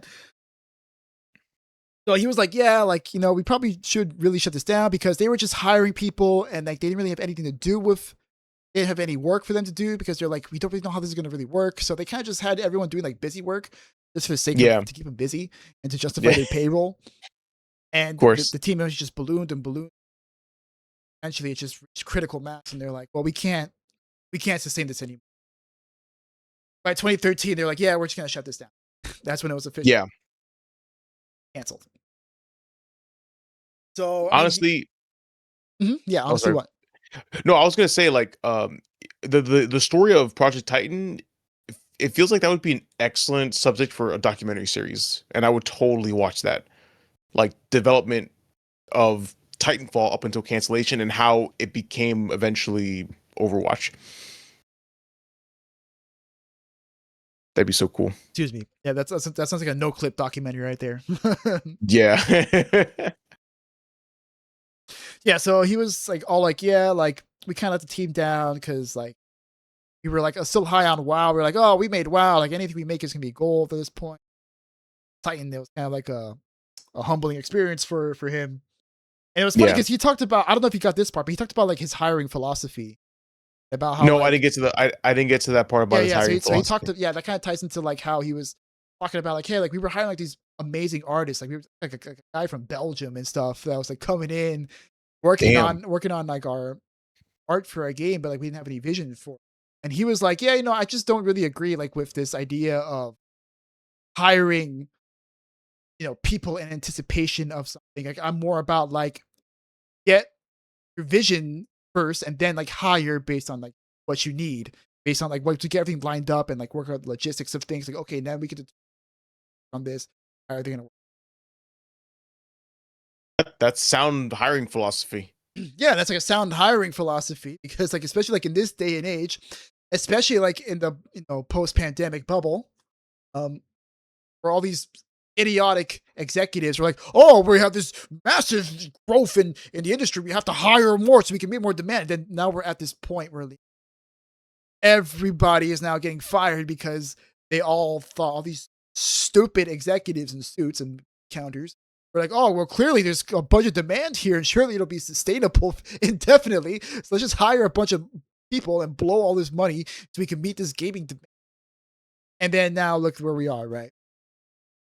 And also kind of ties later on to how like Overwatch 2, it adds a little more context to like what happened behind Overwatch 2. We'll get into Overwatch 2 it definitely adds more context to it, because a lot of people were like, yo, why didn't Jeff just hire more people? Why didn't he hire more people?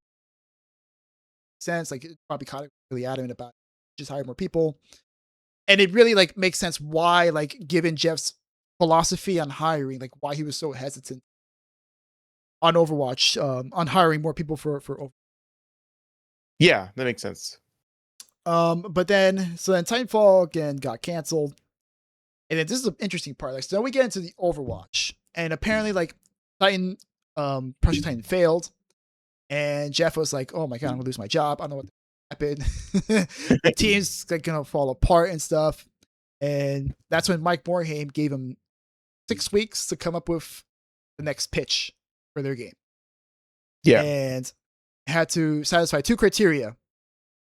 First one had to be that it had to be made within 2 years, which is crazy, right? That's super fast. Yeah, dude. Especially by Blizzard standards. That's like light speed, because Blizzard will take their sweet time. Yes. Working on something. And the second, and this is arguably even crazier, it had to be like a WoW level of in terms of revenue. Damn, bro. This is after they got acquired by Activision, I'm pretty sure. I don't remember when Activision and Blizzard merged. But this is like around that time, I think. This is 2013, this is 2013. Yeah. Probably look that up. Yeah, look it up while you keep talking. Then, July 9th, 2008. So they actually were well into their they're well into the union by this point. They were definitely in their unholy union there. So I don't know if you got this part from the clips, but there was actually 3 pitches that they went through. No, I didn't get to this part. Okay, great. Right. So Jeff covers this whole period, right? So he said, okay, we have 6 weeks and we had 3 pitches, right, that we thought up of. So he decided that, okay, we're going to devote 2 entire weeks each pitch, right? We're going to put our heart and souls into it, come up with like systems and world and like how the gameplay loop is going to be and stuff. And we're just going to do the best we can. And then until it's time to pick the best one. And one of them was a StarCraft MMO, and it was apparently going to be called StarCraft Frontiers, and it was going to focus more on like adventuring. So it wasn't going to be about the war going on between the Protoss and the Zerg and more like an adventure, like a guy like you play like a space miner or prospect, something like that. And he said like the inspiration for that was that he found like an old Chris Metzen art of like a space prospector in the StarCraft world, and he was like, this is cool. We should probably do something like this. Like you play as like something like this guy that's like doing his own thing, going his own adventures while all the craziness is going on in StarCraft. Mm-hmm. And he also revealed that Cree Cassidy was actually inspired by some concept art for StarCraft Frontier that was made by Arnold Sang, and I forgot who the environmental art. Carl Sang's the character artist that used to be the character artist at Blizzard, and he did all the character art for Overwatch. He did most of it for like the early Overwatch. Okay. But they said like, yeah, like they had like this cool prospector looking guy with like his feet on like a skull of like some alien or something like that. And he had like a cigar in his mouth, and he looked very much like Cassidy did. Oh, that's where the inspiration from Cassidy came. But then they determined that this is too ambitious. It's gonna take too long. Be able to make this. This is 5 years, like at best, by Blizzard standards. This is assuming everything goes perfectly. Just we know in game dev, nothing ever goes perfectly. Yes, nothing ever goes perfectly. So then the next pitch was Cross Worlds, and this is actually an idea from Chris Metzen, one of the Blizzard OGs. Yes, worked on StarCraft and Diablo and stuff. But this was like the idea for this game was that it was going to take place on a seedy intergalactic spaceport planet. This was supposed to be like a neutral ground where like all like these criminal organizations together, be like together like on stuff like you're gonna play a person like within that. But that was also considered to be too ambitious. But there was one meeting where they were talking about classes, and that was when Geoff Goodman, for those of you who don't know, Geoff Goodman is one of the original designers for Overwatch. Paul dude, Geoff Goodman, he was like the one who designer. He left. Yeah. And he got replaced by Alec Dawson, Overwatch 2. And Goodman was like, I think it'd be kind of cool. We didn't just limit ourselves to just 6 classes, because they were just trying to make 6 classes just for the sake of the pitch. Yeah.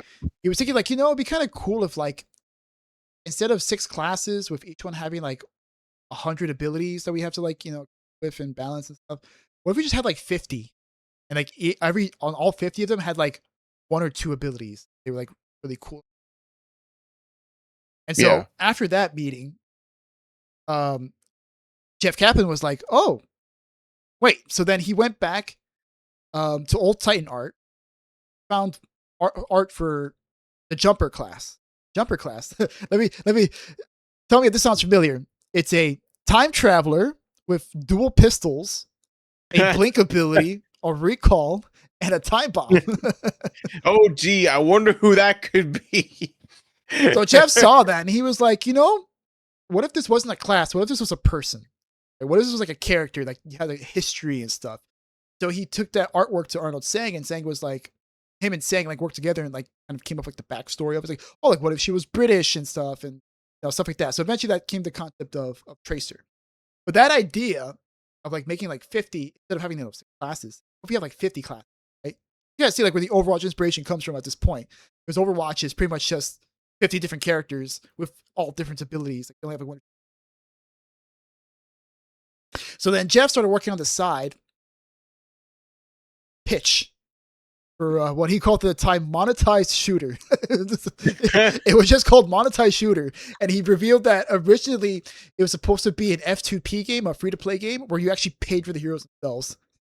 Oh my god! And he realized quickly, he's like, "This is a terrible idea." But at the time, like that was the original idea, because he needed to, obviously make a. He needed to make a profit, because after all, this had to be he needed to make something profitable. So. Yeah, it had to be WoW level success. So then, like during that time, he started going through a bunch of old Titan art, and he found Titan art for one class called the Gunjack, which is the inspiration for Reaper. And then he found and then he found one for the Ranger class, which is actually inspiration for 76 and Bastion. Mm-hmm. And so he put together like this 7-slide presentation on it. And while he was working on it, Ray Gresco, who's also one of the team members, or one of the leaders of Team 4, was looking at his work and be like, "Hey, wait, what are you working on there?" He's like, is that for a StarCraft MMO? I was like, no, this is a new pitch. I've been working on the side and stuff. And Ray just like, looks through it, and he sees like Arnold Sang's art and stuff, and he's like, you know what, you should go talk to Chris Metzen, because Chris Metzen also was a leader on Team 4. Like, I think this is the game we should make. So they went over to Chris Metzen. Chris Metzen really liked it, and then soon the presentation was going to come up for the pitch. And then on the way there, I forgot who the person's name was, but they stopped Jeff, and they want to talk to him about the deck, is what they call it. That's what pitches. And he was like, "Yeah, like I don't think it's a good idea if we call it monetized shooter, because we should probably give it a name." And then that's when Jeff revealed that on the spot he called it Overwatch, and the reason why it's called Overwatch is because for Project Titan they actually had a whiteboard and a bunch of title names, and the team members were able to vote on like what title they wanted to call the game for Titan. And the one that won was Overwatch. So he came to the shooter, and he was trying to pitch. He's like, "Oh, Overwatch. We're gonna call it Overwatch." So then the pitch happens. They have to go through several layers. They have to go through Blizzard production and game directors. So they have to pitch it to all of them. They have to pitch it to Blizzard executives, and then after that they have to. Yeah. And so they kind of like stitch together like really quickly. He hands it off to a guy by the name of Jeremy Craig. He's, according to him, Jeremy's really good at like visually selling things.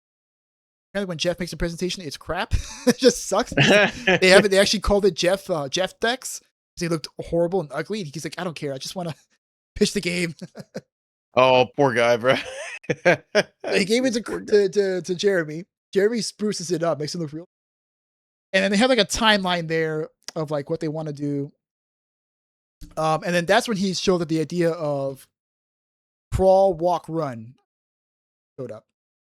I don't know, like if you remember when they were talking about like why Overwatch 2 like didn't really work out, like from early days. Like they were talking about like how Overwatch 2 didn't work out. Like when people were like really mad over, they were like, yeah, it's because we had this concept run, crawl, walk, run. We originally wanted like the first game to be like get invested in the world and stuff, and the next game would be like the PvE stuff. And then if this does well enough, then we'll build an MMO. And that was Jeff's vision for it. He was like, we could jump into an MMO, but like Titan failed because we tried to just jump into an MMO. What part of the reason why WoW was so successful is because it had Warcraft 1, 2, and 3 to build off of. It had established lore already, so everybody knew Warcraft. Well, at least the Blizzard fanboys knew Warcraft. Yeah, and they care about the world, like 3 games to build an audience with. Yes. So he was thinking the same thing with Overwatch. Where we did, we had a PvP game, and then we did a game, and then we did, PvP. Like the PvP portion was 2 years, and then whatever. They just slapped together some dates. They weren't even really sure on it. Unfortunately, that would come back to bite them. Because like when it comes to executives, you might as well. He said it great. He said, with executives, you never give them years because you might as well just write it in stone for them because that's how they'll take it. And mobile gaming too. He was so based for saying that. He was talking about like, oh yeah, everything at the time had to be like mobile gaming based, and I thought that was just the stupidest thing ever.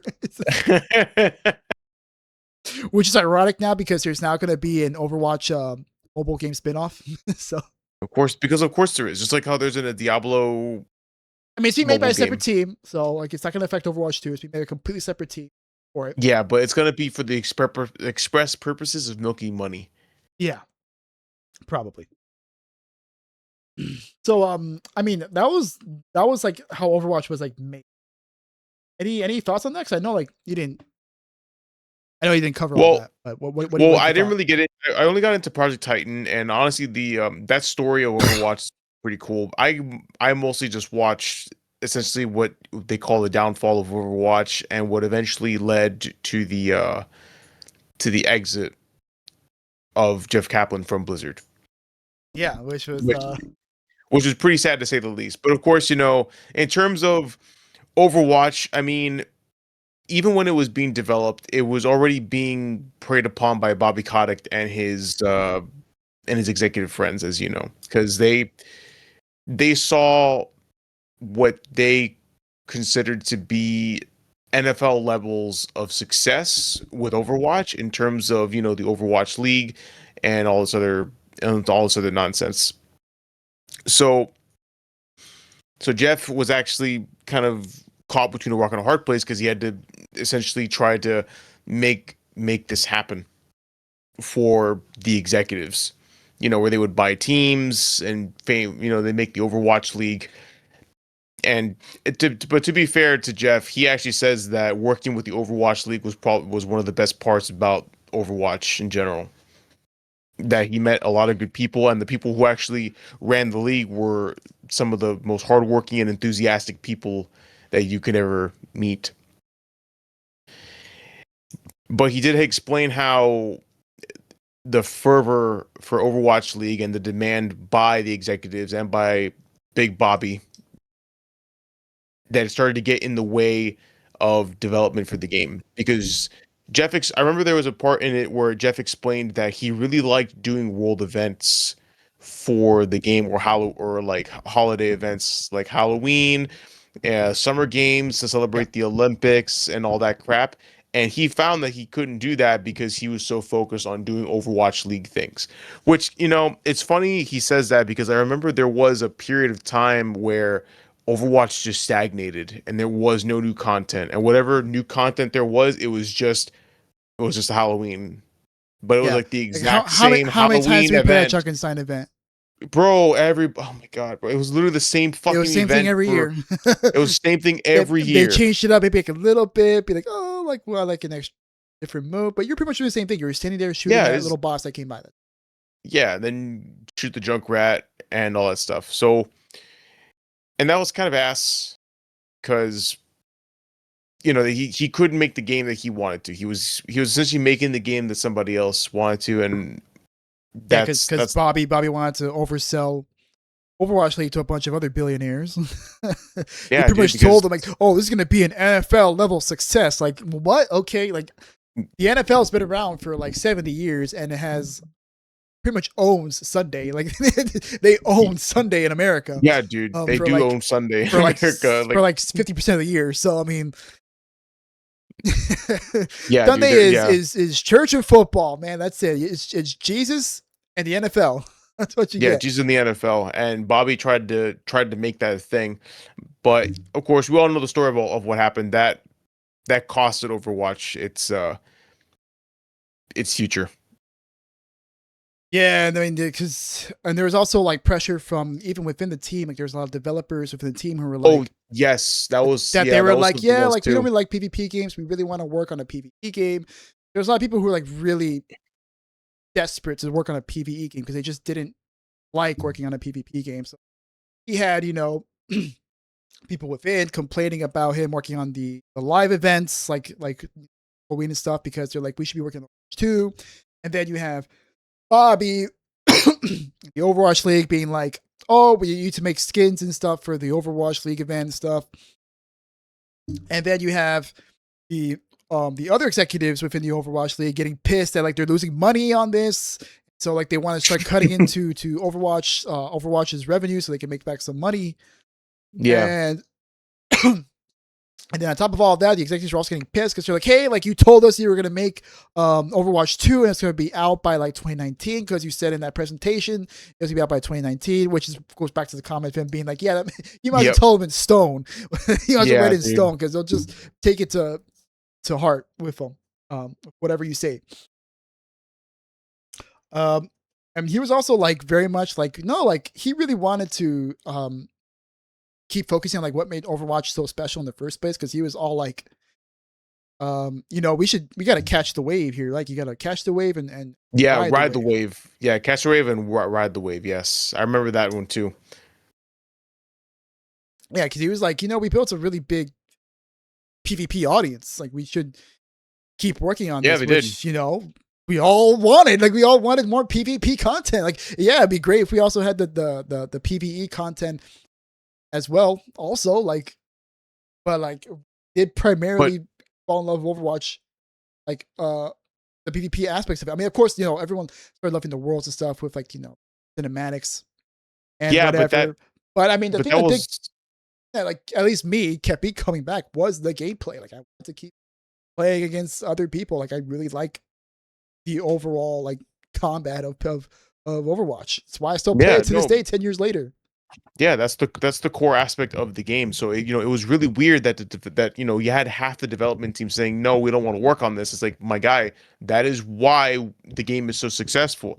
Yeah, you don't like working on it, but you gotta keep doing what makes the game great. And like Jeff said, you gotta ride that wave as far as you can, because that's what's bringing in all the attention and the popularity, and there is time. Honestly, I think there would have been time for the team to do stuff for PvE if they weren't so stretched. I think if Overwatch League wasn't as predatory as it was, I think the team would have still found time to divide the work evenly between PvP and PvE, which would be Overwatch 2. Yeah, and then of course you have 2020. You have the pandemic, and that fucked everybody's shit up. Everybody up. But the thing that like really broke Jeff, the whole reason why he left. Yeah. What he revealed in the podcast. So he revealed that the CFO at the time didn't name drop anybody. Trouble. Yeah, because he's still under NDA. Pulled him into the office, right? And he said that, hey, by 2020, Overwatch has got to make X amount of money. And it has, and after it launches, after Overwatch 2 launches, we need X amount of revenue per year. And if you don't do that, we're going to lay off 1,000 people and it's going to be your fault. Essentially blackmailing him. Hey, like you extortion. Launch this thing now, or or extortion, yeah. Or Like, we're gonna fire a bunch of people and we're gonna blame it all on you because we overpromised and burned a bunch of money with a stupid leak that should have never happened in the first place. And now we have to waste a ton of time and money making skins that people weren't buying enough of. And now we have to recoup our losses at your expense. Because we are not eating that loss, even though they should. Yeah, so then at that point, Jeff was like, want any part of this? Like this. Yeah, bro. It makes perfect sense why he left, because it was always shocking and strange that he left at the time. Everyone always figured that there was something going on. There's no way he would just leave his own volition, because Overwatch was his baby. Yeah, dude, that Overwatch was his baby. So that's pretty much it. Like he left, but he seems to be doing pretty good these days because he does have a new game coming out. Indeed, and he has a new studio called Kintsugi Yama. I can't pronounce it. I can't pronounce Kintsugi. Do you know what that means or no? Yeah, I don't know. Something. But he is Japanese. I don't know. Yeah, so he has a whole new studio with sorry, I forgot this guy's name. I know he was in the Overwatch team to Tim Ford. Oh, his name will show up right now. I don't know. He's another game developer. Oh, they didn't show his name. Wow, okay. They didn't show his name. Damn, bro. Disrespectful. Okay, because he was on the team too. I remember seeing him. I recognize his face. But yeah, he's pretty much. They're working on Legend of California, which is a cowboy themed survival game, and it won't be actually running a playtest sometime soon. Which we have signed up for. And which we have signed up for. So it does seem really cool. And I'm glad to see that there's kind of a light in Jeff's eye again, where he just seems to be happy working on games. So hopefully, this will be cool. We'll see with the future playtests. Don't really know like what it's gonna be like. I know it's gonna be like a survival game. And based on the interview, like Jeff loves Rust, so it probably will be very Rust inspired. So we'll see how that goes. I know Rust is kind of a rat bag game. Sweat City. It is a Sweat City game. Yeah, but it's also like kind of ratty. Like everyone kind of like rats on each other and stuff. So we'll see how that goes. We'll see with the playtest. But before like we go, there was like a sentiment that Jeff had like towards the end. I don't know like if you saw this, heard this on the clips that you saw, but he talked about like how WoW was made without a CFO, like during the time of like old Blizzard. Yeah, like they didn't have the operational versus like the dev count of like how things were working was like 90-10. 10% of like the operations guys were calling the shots, and 90% was like developers, artists, engineers, programmers, audio teams. Like they were the ones calling the shots on like being made. Yeah. And so he was like, you don't really need like a CFO. We didn't need a CFO to make WoW. And then he went on to talk about like how he wished developers, actually, I have a quote here. I wish developers understood their value more and stopped giving their golden goose to people who don't deserve it. Yes. And boy, does that sum up the game industry as a whole, man. It's just too many studios have given their golden goose to a bunch of undeserving, talentless, parasitic executives who don't care at all about arts or entertainment.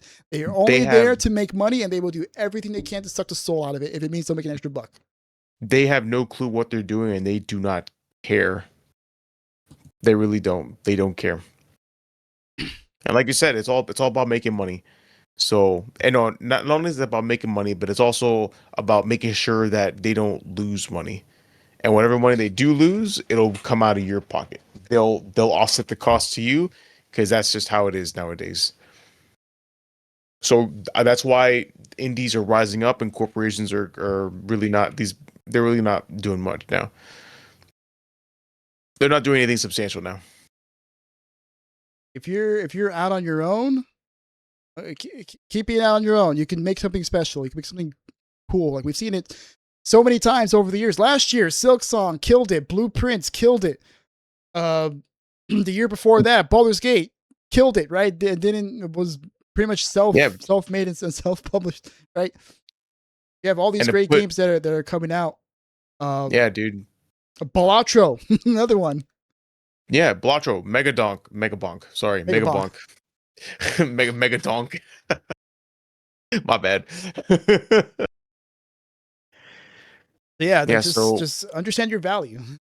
Yeah, dude, it's so easy to be self-published now. Like, you don't need any of these fucking people. You really don't. Yeah. It really is that easy. It's that easy to publish yourself. Like, obviously making games is very difficult. Programming, art direction, all that crap. So why go through all that pain and suffering just to get butt fucked in the end by people who are assholes and will sell you out? Sell you out for an extra buck. It'll sell you out in a minute. Yeah, don't do it, man. Don't do it. And man, thank God for Aaron Keller and the rest of like the Team 4 that's there, because somehow, some way, Overwatch persisted. I have no idea how, because any other game would have died so fast. For sure. And I'm sure Jeff might be thinking the same thing. Like, wow, like even though it's not what I envisioned, it's amazing that this lasted as long as it did. Yeah, man. But hey, it's persisted, and now it's on the uptrend. It was on the according to Newzoo, it was the top 10 most played PC games according to MAUs. Hell yeah! In February. In February. Damn. Yeah. I mean, on Steam charts, it's still doing well. It's still hitting 100,000 consistently. That's good. It's really good. All right, man.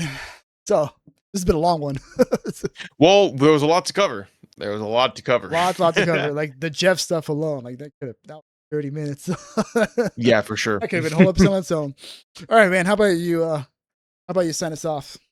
Sounds good, my friend. All right, everybody. Thank you so much for watching this episode of Two Bar Connection. We really appreciate you guys watching this episode. Please subscribe to the channel if you haven't already.